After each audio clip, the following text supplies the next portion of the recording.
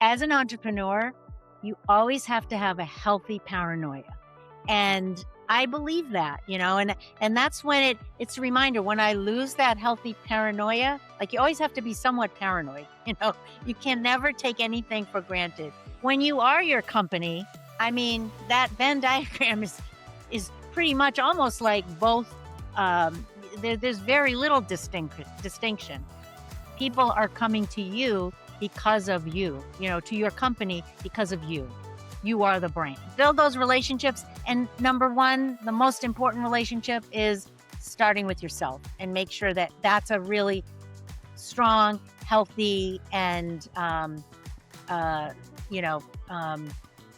nurtured relationship that you make a priority. Because I think when you have that, then everything else happens from there. So that's a taste of my conversation with Rita B. Allen. What you're about to hear goes deeper into what it really takes to build and sustain a solo business over decades, not just starting, but staying in the game. We get into the myth of risk-taking, why planning and adaptability aren't opposites, how your brand isn't your experience, but how people experience you, and what it actually looks like to build a business through relationships instead of tactics. And maybe, most importantly, how to keep going when the ride gets unpredictable. This is Unfiltered Solopreneur. Let's dive in.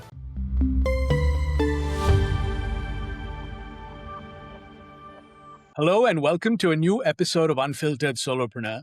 I'm your host, Nikhil. My next guest is a leadership lecturer and HR veteran who traded the corporate ladder for the roller coaster of solo life 21 years ago. And she's spent every day since proving that being of service is the best business model there is. Rita, welcome to the show. Thank you so much. It's a pleasure to be here and have a chance to talk to you. Well, I'm excited for our conversation. So I'm going to dive right into your background. So you always knew you wanted to start your own business, even if you didn't know what it would look like, right? Now, as you grew up in an immigrant family, watching your parents model this servant leader mentality, sort of giving back, being of service, building relationship. As a kid, when you imagined having your own business, did you have a picture of what that looked like? It's so funny because when I look back and I think about that, I didn't have a very clear picture, but the things that were very clear to me were things that excited me about what my vision was, which was um, doing something that I was passionate about, even though I didn't have that fully defined yet, to be able to give back in a way that really allowed me to tap into my talents and also see the impact I have on people. Cause that's what was role model to me. I saw both sides, the joy that, my parents and other family members had in giving back and being servant leaders, as well as the impact that they had on others and the difference that they made and the joy that they brought to others. So that was number one. And number two, I just like the idea of um, sort of being my own boss, if you will, for lack of a better way to say it. I've always been very driven, and so I was never afraid to try things, and so I guess that excited me too. The fact that I could just rely on myself and didn't need, permission, even though I was always a pretty good rule follower too. But that really excited me. And the fact that there really could be no limitations on what I could possibly do. So I think those three things were what really excited me the most. And, truly as a kid, you know, when some of my other friends were playing house or, other games like that, I was playing office. So I had that vision way back from the time I was a little kid.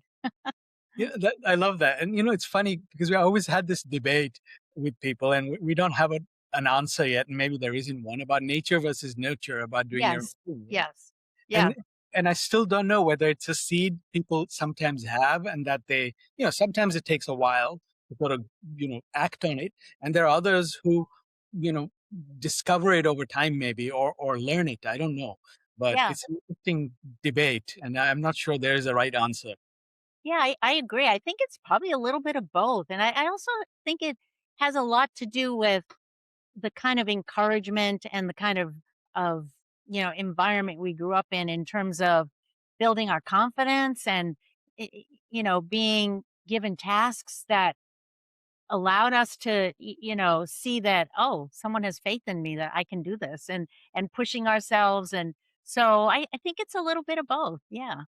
Yeah. So you didn't take a straight line to get there, right? Now you tried accounting, sales, insurance, and I think a Yes. co-op advisor sent you out for an HR job almost by accident, Yes. and you loved it. Now looking Yes. back, what was the specific missing thing you found in HR that you hadn't found in some of those other worlds?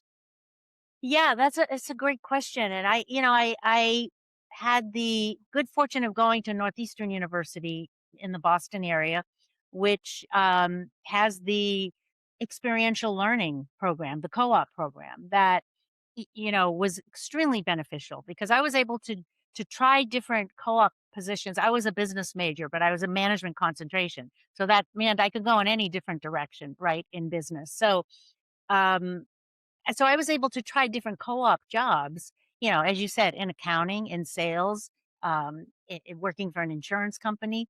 And then I was thinking my junior year of doing marketing. I said to my co-op advisor, maybe you can find a job in marketing for me. And she said, well, there's this job in personnel, because of course that's what it was called back then. Um, and I went out, I got the job, 3 months into it, absolutely, like you said, fell in love.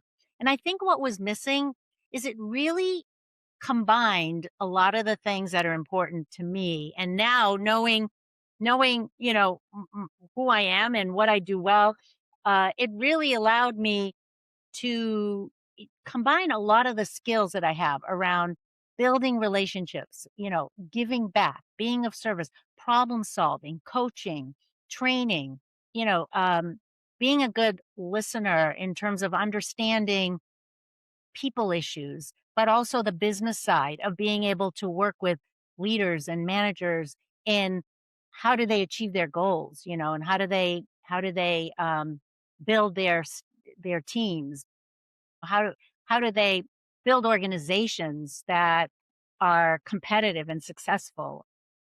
And how do they attract the right people and build and retain and train those people? And so so it really it gave me an opportunity to kind of, tap into a lot of skills that I I guess I didn't even know I necessarily had, but hadn't really used in the previous jobs. And I just love that it was so much variety. I do like variety. And, my first job was a manufacturing organization in the semiconductor industry. And it was a 400 employee manufacturing plant. And so I got to do everything in HR, from recruiting and employee relations, compensation, benefits, training, you name it. I was involved in so many aspects. So I loved the variety too that I didn't necessarily get in all the other jobs. And again, to just really understand people and be able to, combine both the business skills and the people skills to help companies and people, individuals grow. So that was very exciting to me. Yeah, and it ties back to some of the things you touched on in your childhood, right? In terms of building relationships and giving back, Yes. and the human to human aspect of it. And to me, it's very interesting. Though I always felt like HR is probably the most important role in an organization, maybe after the CEO, and yet it's relegated almost to Agree. because they don't have P&L responsibility. And to me, they're the front door to any organization. Yeah. And the talent, the pipeline, the bench you build, everything is reliant on having great HR. And yet, so few organizations actually understand that or give HR any power. Yeah. So Well, it's and really, it yeah. is. It's kind of a constant. We always have to be educating, and the course I teach, human resource management. That's the one thing I find is the aha moment that many of these students, and they're mostly adult learners, walk away with that. And that's my intent. I want them to see the breadth and depth of HR and how valuable. and strategic of a role it can be in a company's success. And that's the thing that I hear the most. Wow, I never knew the all the areas that HR touches and is involved in and it influences, and how much they make a difference in in an organization. So that is music to my ears when I hear that. Yeah, if they're allowed to, though, right? I mean, they have to be empowered to. Well, it's true, and Yeah, that's what a lot of times it is very much of we have to keep informing and educating and, you know, kind of, infiltrate ourselves into an organization in ways that they don't always realize that they can use us. true, true. So you told me now you took about a year of planning, journaling, talking to people, writing a business plan before you finally made the leap, right? So during that year, what was the argument in your own head that kept trying to convince you not to do it? Yeah. Well, it's funny because I think everything in life is a matter of timing, right? It's all about timing. And at that point, I had the first part of my career, as you said, I was a corporate HR person. I worked for a few different organizations. And then one of my strategies was that I knew if I wanted to have my own business someday, I also needed to build and develop external marketing, business development, sales skills. Even though you do a lot of that internally as an HR person and as, consultative skills, but I also wanted to do that externally too.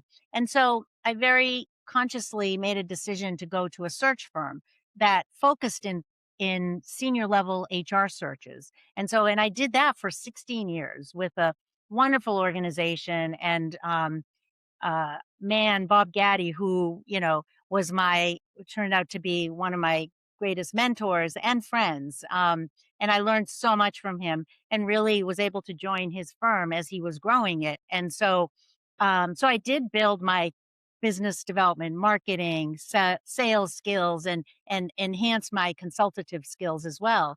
And so when the time came, and I said, okay, I think I'm ready because I had sort of done what I wanted to do and was ready for that next thing. And also just where I was personally in life, my kids were older at that point as well, getting ready for college, and so the timing was right.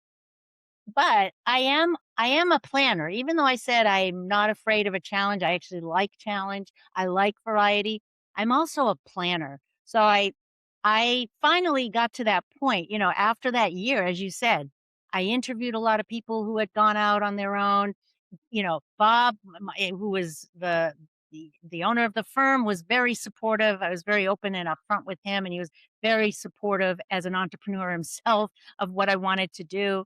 I did focus groups, and as you said, I wrote a business plan. I mean, I had everything put together, and it was just a matter of, I guess, letting go of the fear of, okay, this is it now, it's the time has come. Um and and I think it was just some internal dialogue that I knew I was ready, and I just had to do it and sort of kick myself and say, okay, you've got everything ready now, it's time to have fun and actually do it. And it's funny too because people will say to me, I've heard so many people say, "Oh, you're such a risk taker," and I've never defined myself that way because I'm such a planner that by the time I do take the leap, I've done so much planning that, and I do scenario planning, plan A, plan B, plan C. And that makes me feel pretty much like I am as much in control as I can be, even though we really don't have full control. But I got to that point where I knew I had done my homework. I had done my due diligence. The timing was right. I was ready in so many ways because I always say to people, to start out on your own, you have to be personally, professionally, and financially ready to do so. And I was there. So, but I needed that time of planning for me to get to that comfort level of saying, okay, I'm ready to go. Yeah, that makes a lot of sense to me. And I think there's this myth out there that you should just sort of jump blindly, right? And I always say there's no courage in sort of jumping blindly, right? I mean, it makes sense to have a plan. It makes sense to sort of lay the foundation and the groundwork and also give yourself a runway, right? Because you want to operate from a position of, not from famine all the time if you're doing this. Because you make bad decisions out of desperation and out of, if you're constantly sort of struggling. Yeah. So I think that's very smart. And it also reminds me of an article, I think it was Jill Lepore who wrote in the New Yorker about how the most successful investors, billionaires are the most risk averse people you will ever find on earth Yeah. because they do their homework, to your point. And to Yeah. us, it looks like, wow, he took a crazy bet on X or Y or Z. And it's no, he did a year of research, did due diligence, saw something the rest of us didn't see. But the foundation was there, right? And it was always eye opening to me that, and I think it's a smart thing to sort of make sure Yeah. that you put the training wheels in place, if you like, before you And make. everyone is so different. Other people may not need to do as much planning, but I still feel like it's smart. It's wise to have a plan. And then I've also learned, and I always say, plan, plan, plan, and then go with the flow because you've got to keep your eye like open to many other possibilities that you didn't expect that could come your way. Like for example, I had started with sort of three focus areas, and I would say year three, I found one of those areas was just not really connecting with my market. And it was not, going to be producing revenue. So I switched gears, and but yet there were other things that were that I didn't necessarily plan on. So plan, plan, plan, then go with the flow because you've got to let the business emerge. Because sometimes it takes different directions. Absolutely, and the market will ultimately tell you, right? That's the other thing. You can't lay out success on a whiteboard. You can only do and learn, as you said, and Yes. iterate as you go. Yeah. So actually, that brings me. You sort of led nicely into my shift of gears into brand building and marketing. Now, you've published a book on personal branding. You teach it, but here's what I'm curious about. When you were starting out in 2005, how did you market Rita B. Allen and Associates? What did you actually say about yourself? And does that hold up to what you'd say today? Yeah. That's a great question as well because I I did do like I made a list of my differentiators, so I had my bullet points that were mostly based on experiences that I had, skills that I had, knowledge that I had. And I found, especially as I started doing more focus on brand as embedded in all the work I do, whether it's the coaching or the training work, I discovered that, you know what? That's not my brand. Those are my, experiences that, yes, are very unique to me. However, they really weren't that what I had highlighted were not necessarily my brand. I believe personal brand is more about what is unique about each and every one of us that allows us to be our best authentic self, you know? And so I reached out to clients and I said, why do you use me rather than some of my peers? And what they told me, I started, the light bulb turned on for me. And I said, okay, well, that's my brand. That is my brand. And so I lead with that a lot of times, versus my experiences because Hmm. yes, I have a bio, I've got all of that, but a lot of times it's more about like people really want to know the heart of you. Who are you? What differentiates you? What is the value you bring? And how am I going to connect with you? Like, what is it? What's your superpower, or your secret sauce that really makes you you, which every single one of us have something different, even though we may have very similar experiences to our peers. And that's really and I published two books. I recently published the companion workbook to the first one. And that's what I'm so passionate about is helping people identify their brand, build it, and then be able to articulate it and continue to enhance it because I've found through all of my experiences, people struggle with that. Even very senior leaders, they struggle with that. And it takes a lot of personal due diligence to do that. And, the three commonalities of successful professionals: they know what they have to offer, they know what they want, they've got goals. Goals are really important too, and they know how to advocate for themselves, and that's really what we wanna try to master, and so, I kind of practice what I preach, if you will, and that's a lot of what I help my clients do as well. Yeah, and we're going to find ourselves in violent agreement on this, Rita. Honestly, because it's so true. Because and you're right. There's a tendency to sort of lead with your skills and your experiences and your frameworks and again, those are not things people connect with, like you said. And also, I Yes, always say anyone can copy a framework or a methodology, or even true.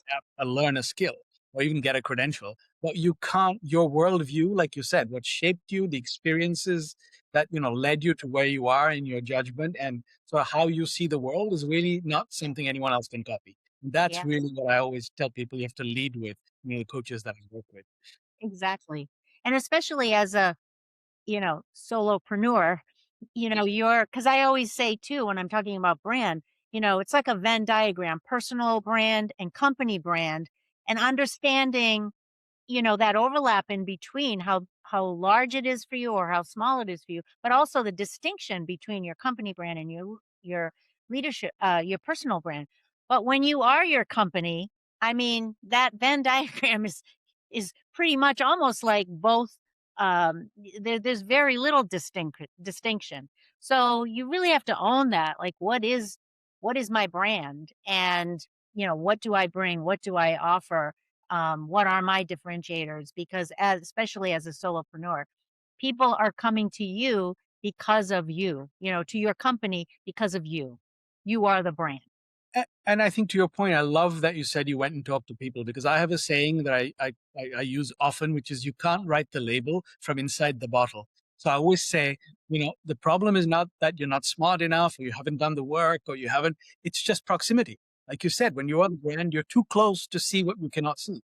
So I always say you Exactly. need that outside perspective to get to the last 5 or 10% of what makes you unique, right? So Yeah, that's yeah, an and so incredibly, many times we yeah. take for granted, like, we can be our worst critics, and if something comes naturally to us, we don't see that as something to talk about when other people can't do that, just like I can't do things you do, and then also we have blind spots, so it's also important to get that feedback so that we might think we're coming across a certain way that we want to, but then we might find that we're coming short and there's some blind spots that we are not aware of that we need to know and work on as well. So that talking to people and getting feedback on a regular basis is really important.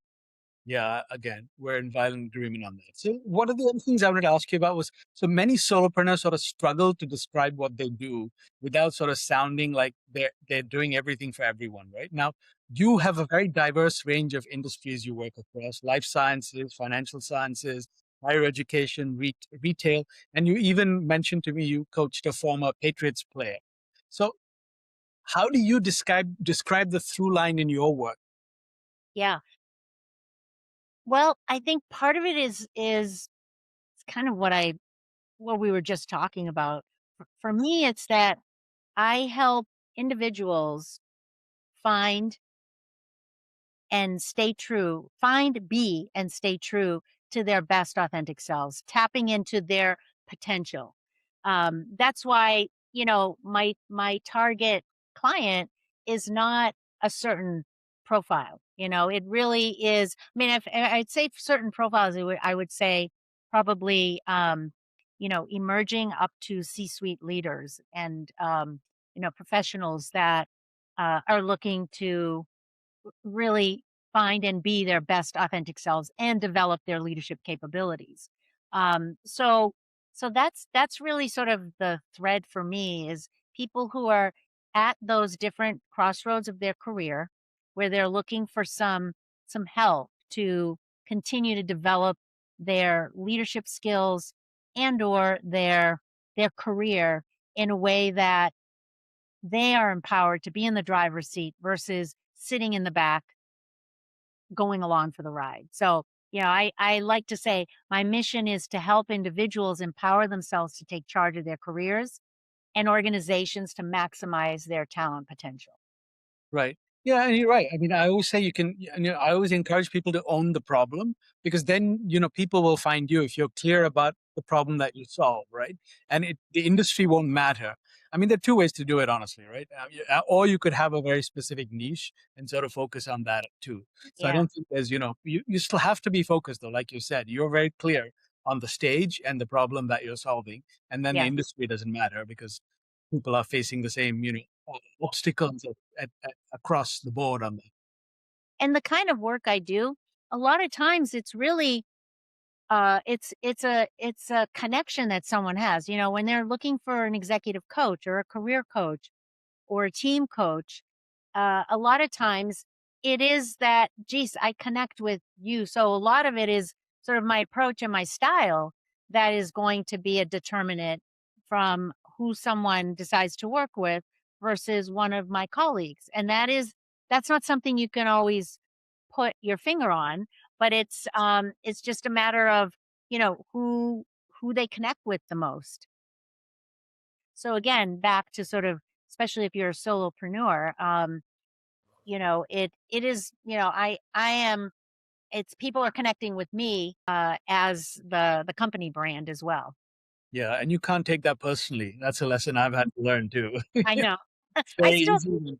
I know it's hard, but I've I gotten better. It is hard not to. But I've gotten much better at that because you're absolutely right. It is not. It is not personal. Same here, yeah. Because it's Yeah. much easier when you're selling an IBM CRM solution. They're like, oh, they didn't buy the product, right? It had nothing to do Yeah. with you. But this one, it's Exactly. just the self-worth is attached to it. Or anyway, all those things, as you know. So Exactly. the other thing I'd love to learn a little more about now, you've been at this for 21 years. Your reputation is clearly built. But for someone who teaches personal branding for a living, I'm curious, what's the hardest part of marketing yourself? What do you still struggle with? Geez, that's a good question. I don't know that I struggle with it, but I think it's just the constant reminder because I am a person that's very disciplined, but that's the one thing that sometimes like you can't, like in business, business management 101, the single most threat to any business is complacency, right? Sometimes if we get too comfortable, and that's one thing I learned a long time ago, even before I started my business when I was at the search firm. Um, so I've always been extremely disciplined about not being complacent. I never take anything for granted. And I think every so often, especially when things get really busy or you've got all this uncertainty and change happening in the world and all, sometimes it's easy to kind of trickle back to relying on, all the good stuff versus always being proactive and hustling. Like you can never ever kind of rest on your laurels, as they say. I love I I still like watching Shark Tank every now and then. And um I think it was Robert Herjavec that said, as an entrepreneur, you always have to have a healthy paranoia. And I believe that, and that's when it's a reminder when I lose that healthy paranoia, like you always have to be somewhat paranoid, you can never take anything for granted. And honestly, 21 years later, I still say that. Like, and I think that's the thing that I have to remind myself all the time. If I start, especially as I'm getting older too, sometimes we get a little comfortable and I do for maybe 5 minutes and then I'm like, oh yeah, no, no, no, no, you can't get comfortable. Um, and I think that is something that um sometimes people make that mistake that you cannot get complacent. You have to always be thinking ahead, always planning. One thing I do very religiously every year in December, I mark the first Friday in December, 2 hours on my calendar, and I plan my goals for the next year. And then I also plan my marketing initiatives, and I kind of do it by quarter. And that's like one thing that, once again, if I start to get a little too complacent, It's, you see it too, you feel it. Like I can feel it almost in my bones, like when I'm taking anything for granted and not having maintaining that healthy paranoia that says, "Okay, you've gotta make sure you're doing this, you gotta make sure you're doing that." And it's always being proactive, staying ahead, and that's something I think that you do become very it can become routine for you, and you can just never take it for granted and always have to maintain that fire in your belly and that hustle that you can never stop. Yeah, and I love that. And actually, that was one of the questions I was going to ask you, but I'm glad you sort of covered. And healthy being the operative word here, right? It's not constantly changing what you do and rewriting your positioning every 3 months. We're talking about just sort of keeping the tip of the spear sharp, right? And Yes. ensuring that you're sort of paying attention to the changes in the market, because even our customers change, their needs change, things Yeah. evolve, right? So you constantly have to be paying attention to make sure. And also now I think, with AI and everything else that is sort of mushrooming everywhere, you have to stay on top of even just how you can operate as a business, right? I mean, I honestly would not have been able to do 50% of the things I do right now as a solo business owner without AI. So, those tools are fascinating, but you have to sort of stay on top of learning and adapting all the time. And I think that's something you have to enjoy if you're on this journey. Otherwise, I would say don't do it. Absolutely, and that's one thing. I mean, of course, I'm a learning leadership development person, but that is one thing that I always include in my goals every year is what am I going to do to advance my own learning each year, and that is really important. And one thing too, like to what you were just saying, one thing I learned along the way that's really important is you also have to get really good at qualifying your business. Qualifying leads and potential clients because sometimes, we keep chasing something that really isn't a good match. I mean, going with something just because it's something. And I think sometimes I see people, especially as they're starting their business, and not that when you start, it's good to say yes to everything, because that helps you kind of figure things out. But when you get to that point where you kind of know what's right, qualifying the business is really important as you get potential business coming in. Yeah, no, I completely, again, we're in violent agreement. I always say don't niche too early, right? Because I think initially you're right. You need to try and learn and sort of see what's working, where the patterns are, who keeps coming back. Like you said, we don't see our own superpowers. But at some Yes, point, you're right. If you're just throwing the kitchen sink, you're going to get frustrated. You're going to be resentful. You're not going to charge the right amount. You're going to have the wrong clients. And it's not a way to exactly. build a healthy long-term business. So I Yeah, totally agree. So absolutely. one of the other things you mentioned was that a TED Talk is on your goal list. Yes. You also said something very interesting to me, which is you haven't done enough of the legwork yet.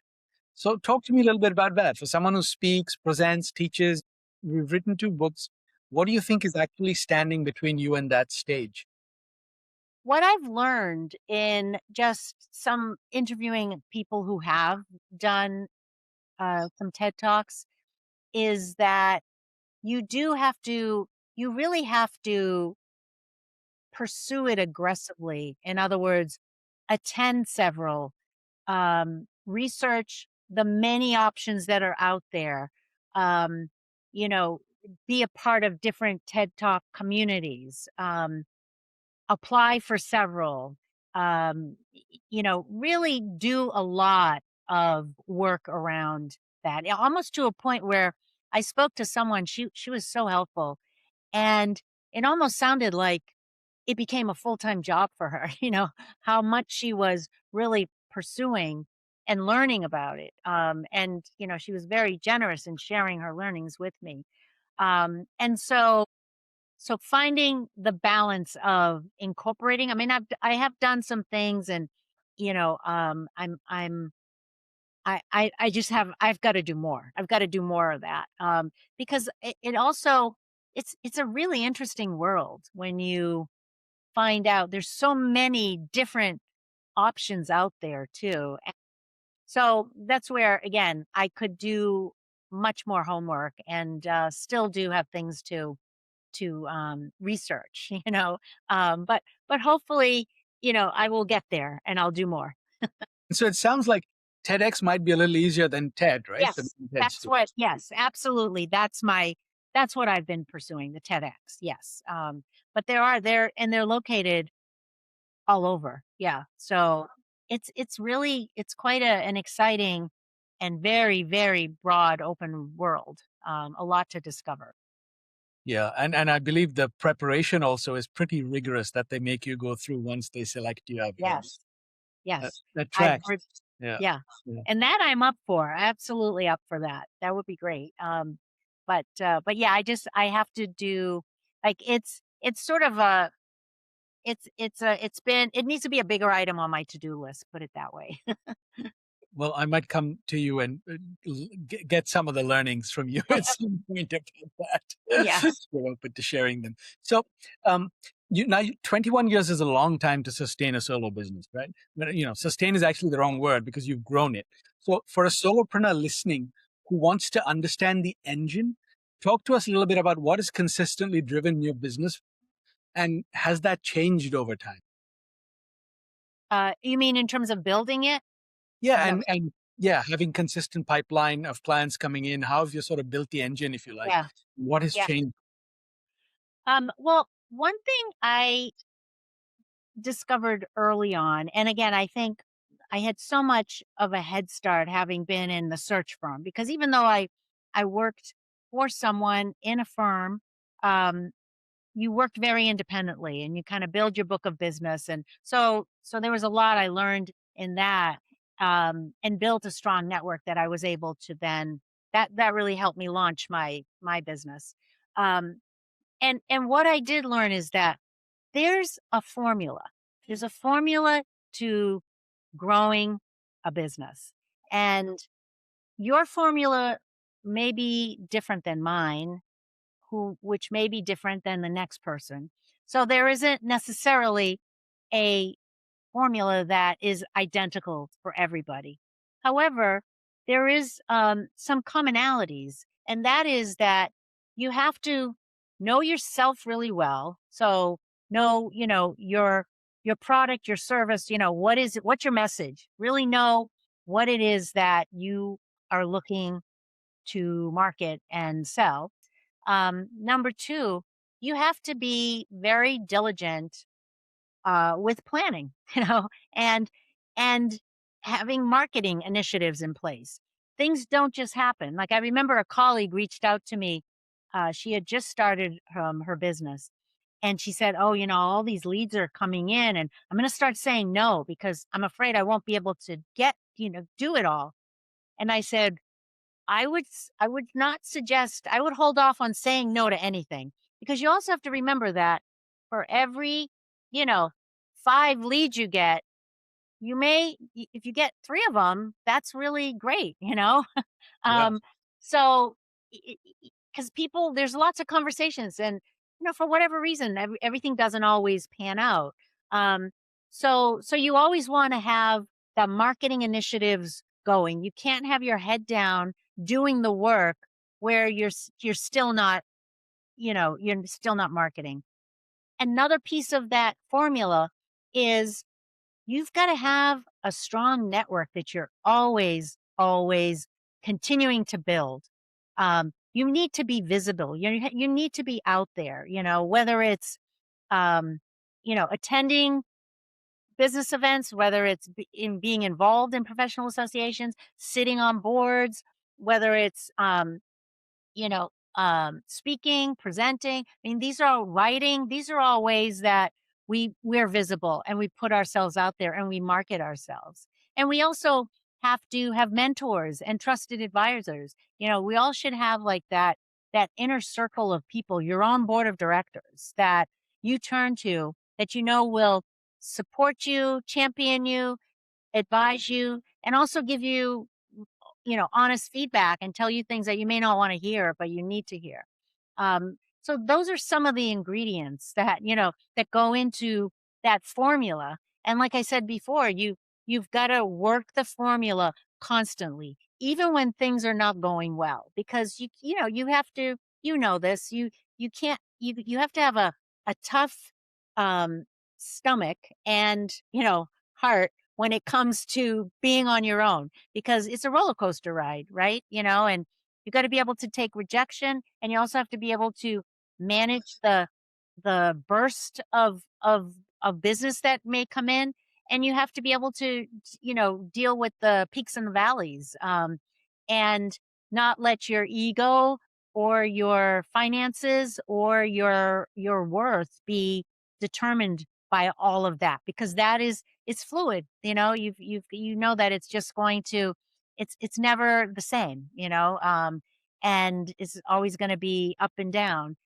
So figuring out what your formula is and working it, even when times don't look great, and even when they're really great, like, don't lose sight of that formula. And I do believe that it works. You've gotta have that faith in yourself. You really have to have a a strong ego, in the sense of, you know, not looking for someone else to fill your self-esteem, but you've gotta really truly believe that, you have value to offer, know what you want, and not hold back in being able to ask for it. Yeah, no, I love that you said that because I mean, I think everyone thinks there's a playbook, right? And there isn't. And I think Yeah, social media today does sell this myth of there's, one great way to go from 0 to 1 million in like 60 days or 90 days, right?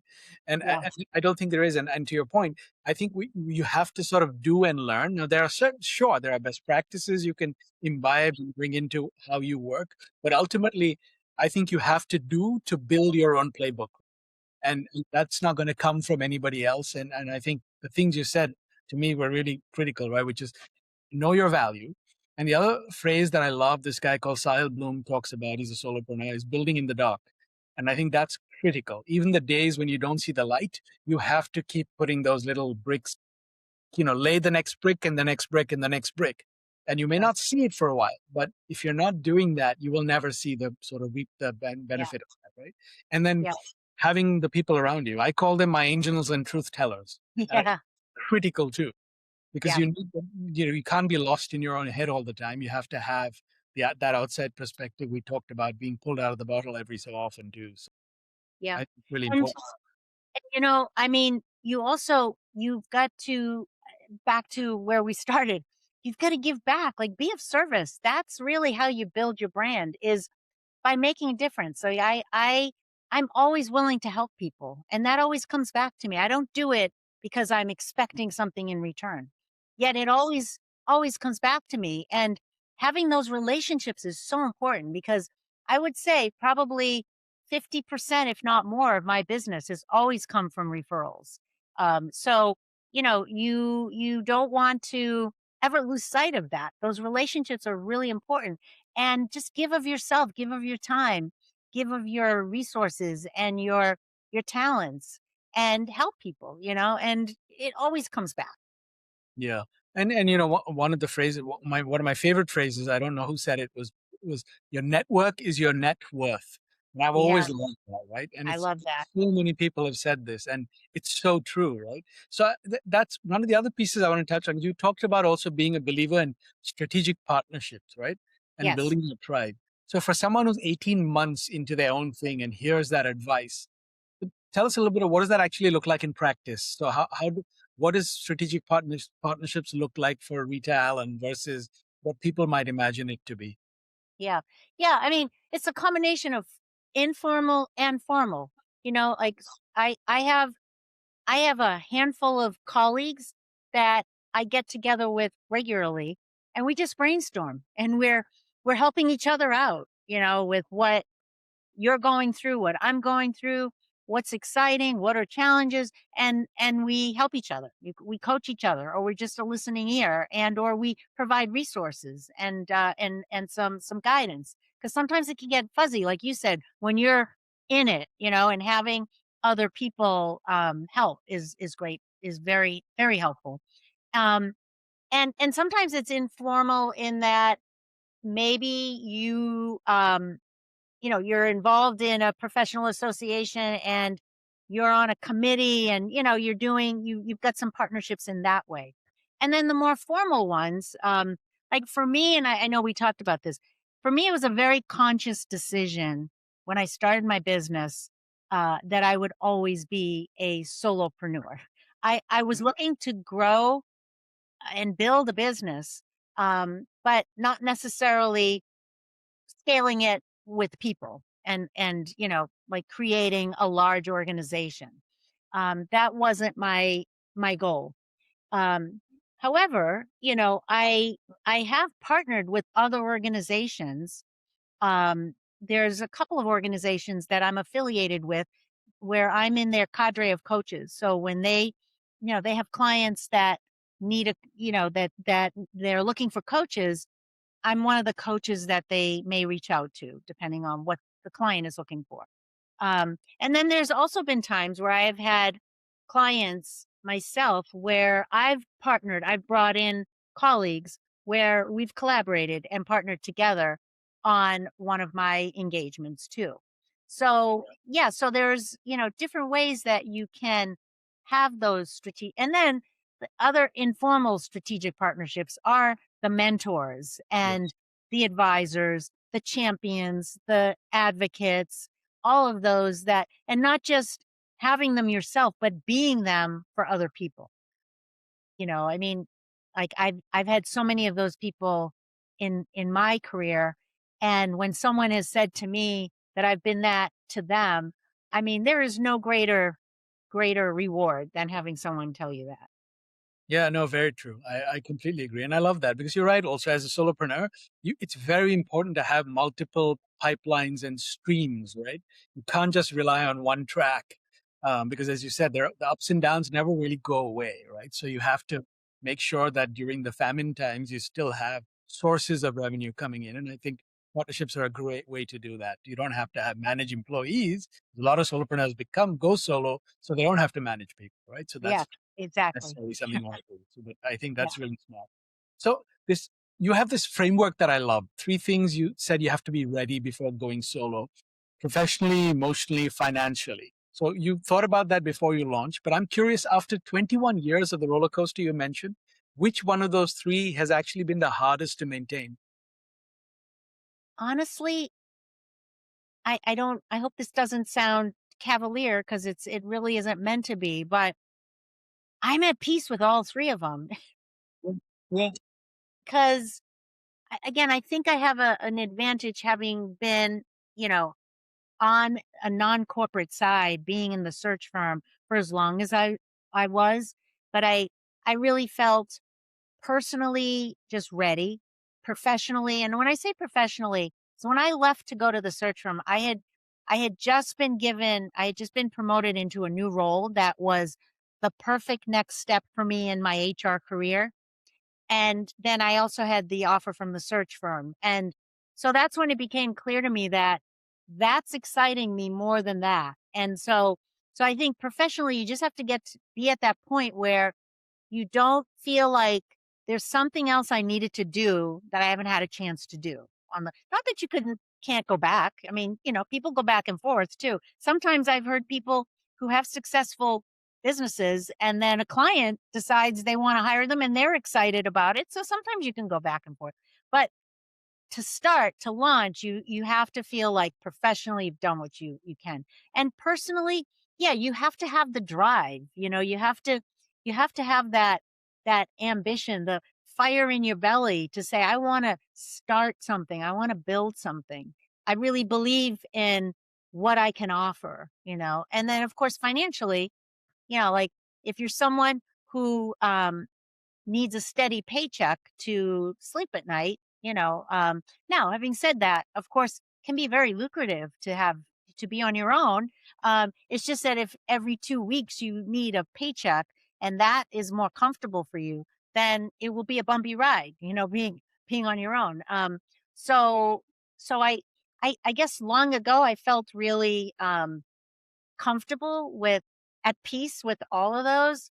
And I still do because I honestly, like, people will say to me, "Well, what do you think about retirement?" And I say, "I don't see myself retiring, because I can continue to do what I'm doing, and I love what I do, and I really believe I have value to offer. And so for me, it's like I don't even I don't see that as maybe I'll do less, but I just don't see that as an option for me. So yeah, so I feel really blessed, I guess, is the to summarize, and I feel sort of at peace at having um come to terms with how to manage all three of those.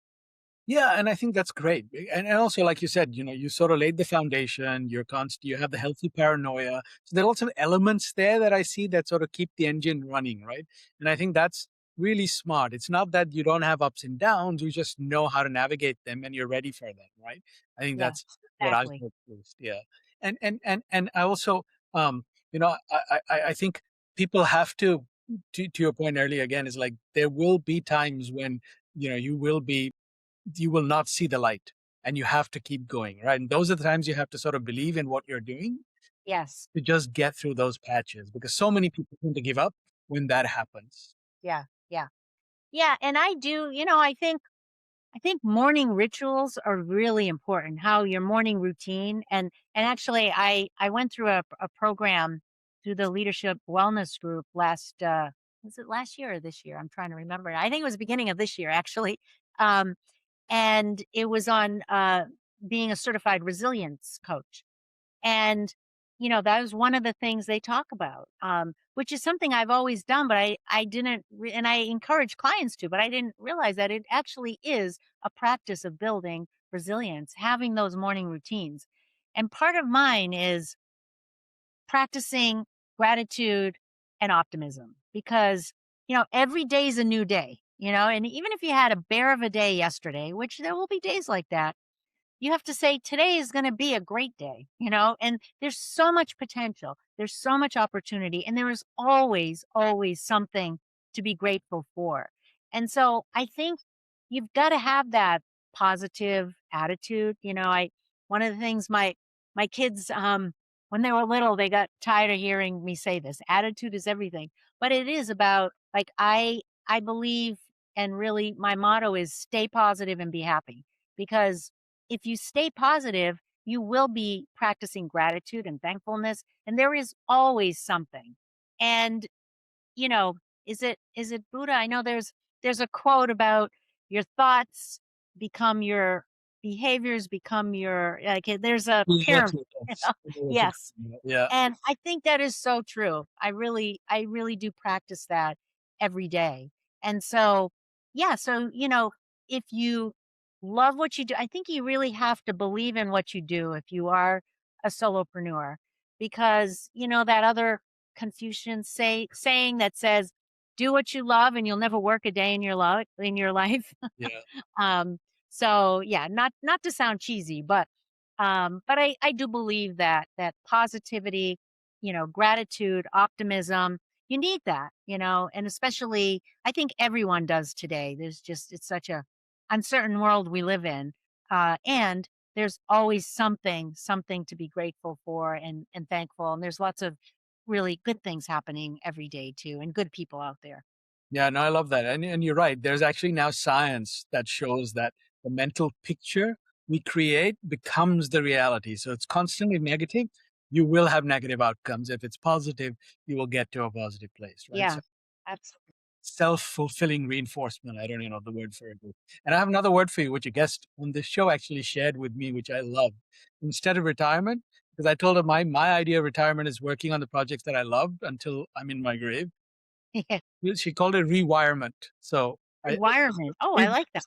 Yeah, yeah, that's I like that. yeah. That's good.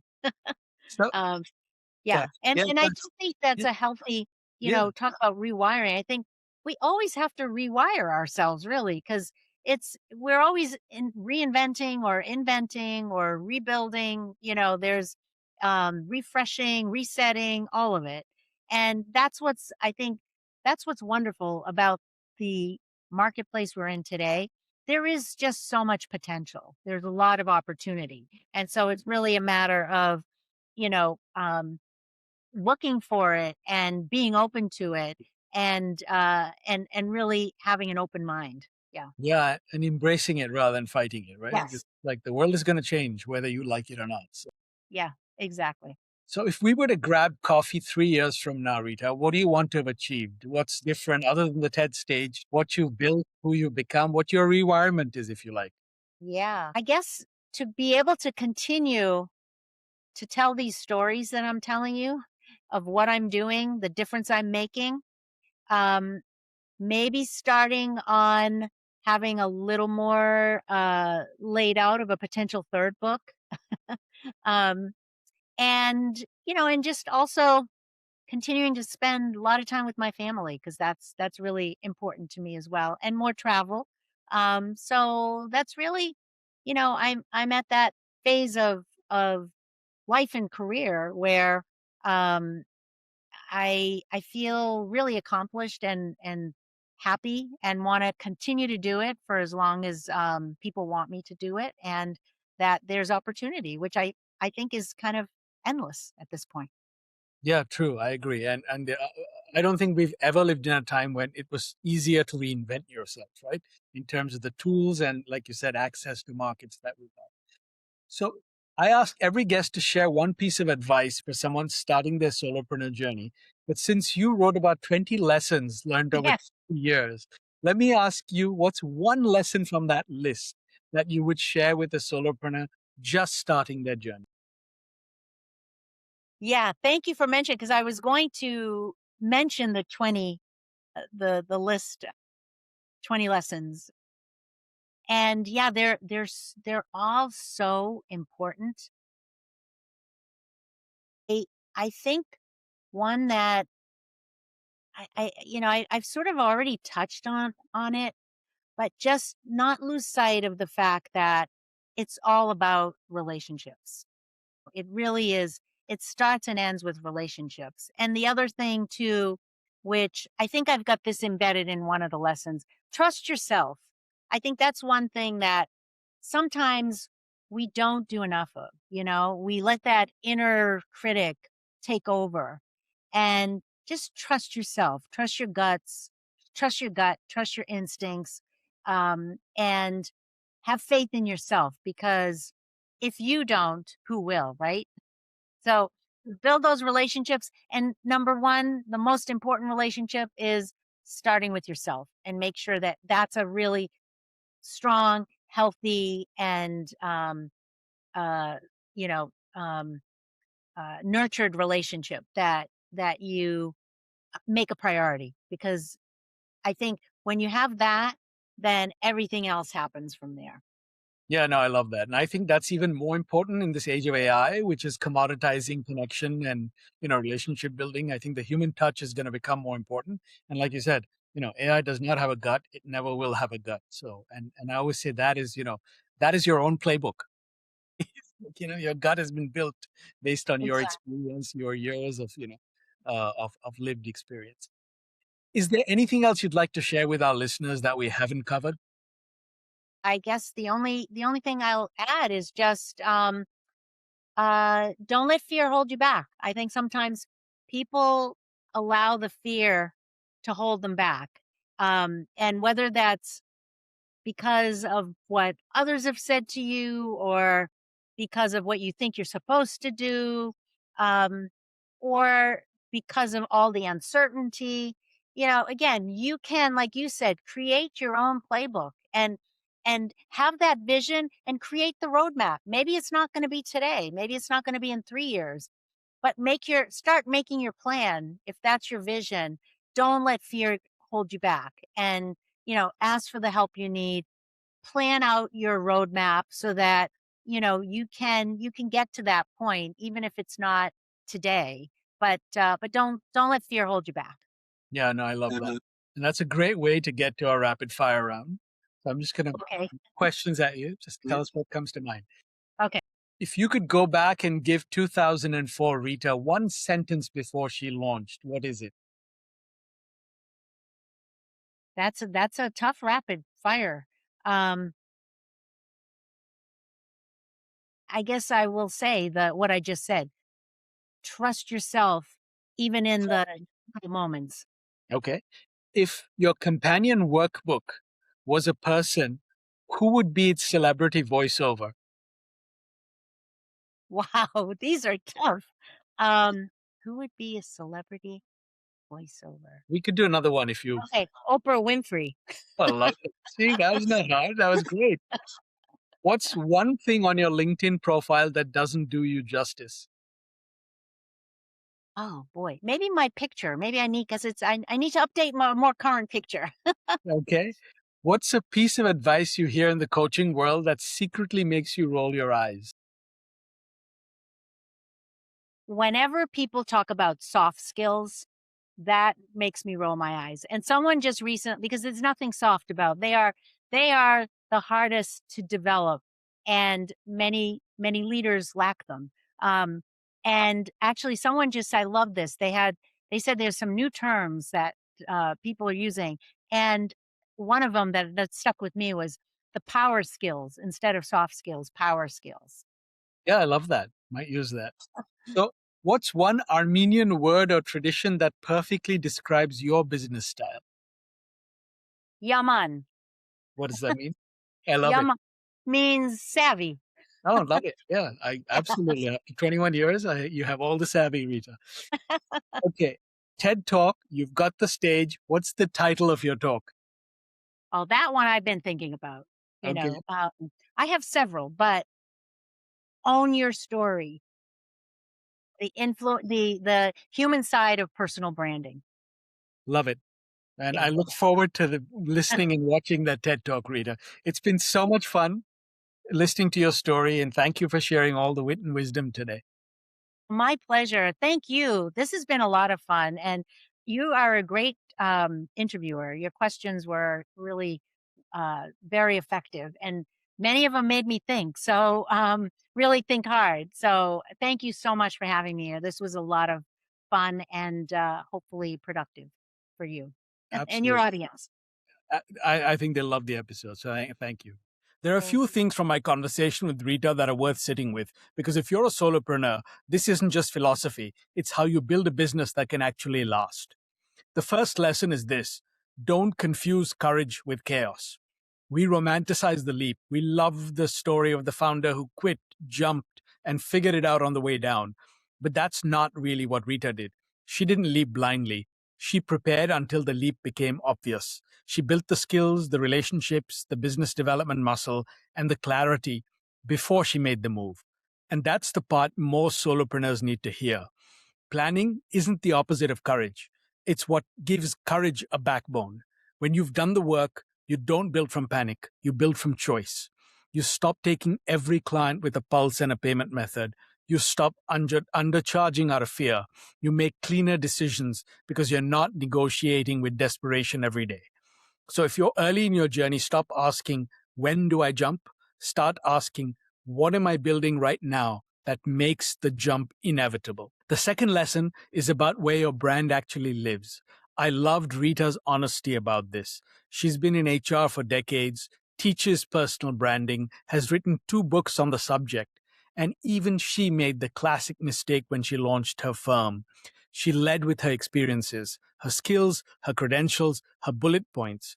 And one day she stopped and realized that wasn't her brand. That was her resume. So she did the one thing that actually works. She went to her clients and asked, why do you choose me over my peers? And their answers showed her where her real brand had been living all along. This is something I constantly see with solopreneurs I work with. You can't read the label from inside the bottle. You think your brand is your work experience, your methodology, your credentials, but they're just the packaging. The real brand is the part clients feel before they can explain it. It's how you think, how you see the problem, how you make decisions, how you make them feel understood. That thing you do so naturally, you barely count it as work. That may be the very thing they're hiring you for. The third lesson is this: stay hungry, even when the business is working. 21 years in, Rita still carries what she calls healthy paranoia about her business. Every year, she blocks the first Friday of December 2 hours to map out her goals and marketing initiatives by quarter. After 2 decades, that's not insecurity. That's discipline. Because this is where solopreneurs get trapped. The work gets busy, so marketing gets quiet. Visibility drops, outreach drops, relationships go cold. And then when the project ends, the pipeline is empty, and suddenly everything feels urgent again. The answer isn't to panic market when things slow down. It's to keep the engine humming and warm when things are good. Because the moment you start to believe your reputation can do all the work for you, that's usually when the pipeline starts drying up. The final lesson is this: relationships aren't a tactic, they're an asset that compounds. Rita said more than half her business comes from referrals. That's not luck. That's a portfolio she's been investing in for 2 decades. But it only works if you stop treating relationships like transactions and start treating them like investments. Because the people you help today may not pay you today, but they will open doors later if you show up the right way. Here's what most solopreneurs get wrong about this. They reach for relationships when the pipeline is thin. A coffee here, a LinkedIn message there, a check-in when they need something. But relationships don't work on demand. They compound quietly, in the background, on a timeline you don't control. The conversation you have today might not pay off until a year or 3 years or ever. And that's the point. You're not building a referral pipeline. You're building a reputation that keeps working when you're not in the room. My challenge to you this week: pick 3 clients who hired you in the last year, send each of them a short note and ask one question. What made you choose me over other people you considered? Don't suggest answers, don't soften the question, just ask and write down what they say word for word. By Friday, you'll have 3 sentences that tell you more about your brand than anything you've ever written about yourself. Thanks for listening to Unfiltered Solopreneur. If today's conversation made you realize you may be too close to your brand to see what's really working, that's exactly what a brand clarity session is for. It's free, and I'm offering a limited number of them. We'll look at your messaging live, uncover the friction, and you'll walk away with 2 specific pivots you can act on right away. The link is in the show notes. Until next time, keep breaking free from the corporate grind, and remember, your story is your most powerful asset. Live solo or die corporate.